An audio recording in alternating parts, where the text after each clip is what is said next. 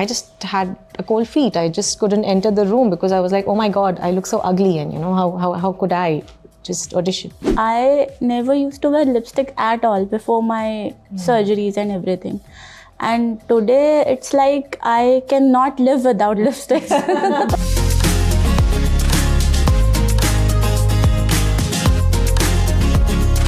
You know about causes like polio and other things and HIV.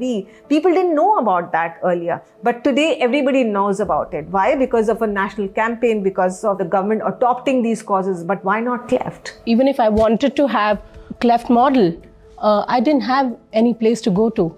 And this could be a conversation starter for a brand. Cleft, a gap in the upper lip and or the roof of the mouth, is a facial birth difference that occurs when certain body parts do not fuse together during the first trimester of pregnancy. So Sarika, I will start with you. Can you share a bit about your personal journey with cleft and how it has shaped your life and career in the industry? I was bullied in school. I was bullied by teachers, in fact, asking, hey, what happened here? And every day.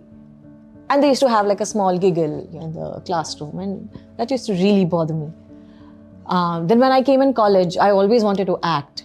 But again, is face ke saath, is scar ke saath, kaise? Early on, my own family members used to look at me and tell my mother, isse kaun shaadi karega? You know, ye scar hai. And I had a lot of pimples on my face while I was growing up. So they were like, ek to pehli scar hai, upar se ab ye aur naya aa gaya hai, to iska to kuch nahi hone wala. So I grew up with those notions. And I believed that that is true. Not that marriage was anything that I had to look up to, but the fact that, okay, I am not conventionally beautiful. The impossible standards of beauty were not met then.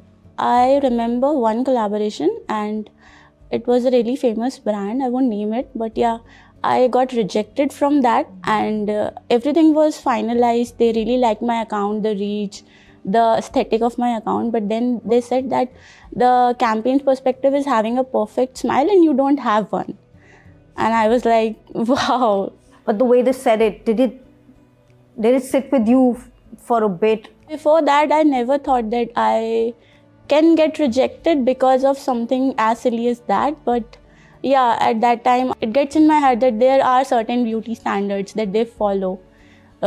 Being in a beauty industry, I need to look specific or certain way. Mamta, I have a question for you. How is your organization working towards changing the way people look at persons with cleft?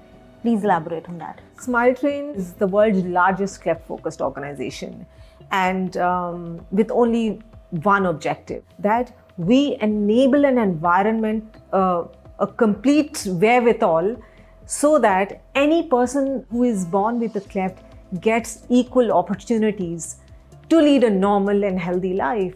And how do we do this? We will work at various levels. We will work at the awareness level, we'll work at the public perception level, we'll work at the policy level with the government and other stakeholders.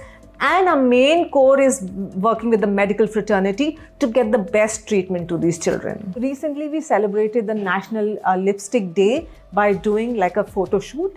It was a campaign which was supported by Tonic Worldwide. And we did a very nice campaign with them, not knowing that it's going to be like super successful. So that led us to another project. We again did a photo shoot, and we now have a collection of images on Shutterstock. We also realized that when we were looking for stock images, there were none. And to our surprise, there is no representation of it anywhere.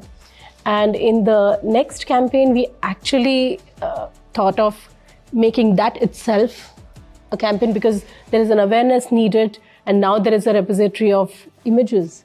How does a brand approach inclusivity, especially regarding individuals with cleft? If you include cleft cleft representation, then clearly you're going to be seen as an inclusive brand. The other thing is just normalizing. We have so many biases otherwise also. For example, equality, right? Even a simple thing like when you're showing a happy family, and if there is one child, so if we are moving from showing a boy child to a girl child, we can even show a cleft child. Why not? Yeah. Imagine, today we heard so many stories. If they had a Barbie with cleft, what would have been their story? It would have been completely different. And some of the biggest brands like Mattel can actually bring this difference. And we need first big brands to adopt this, and then rest of them will follow.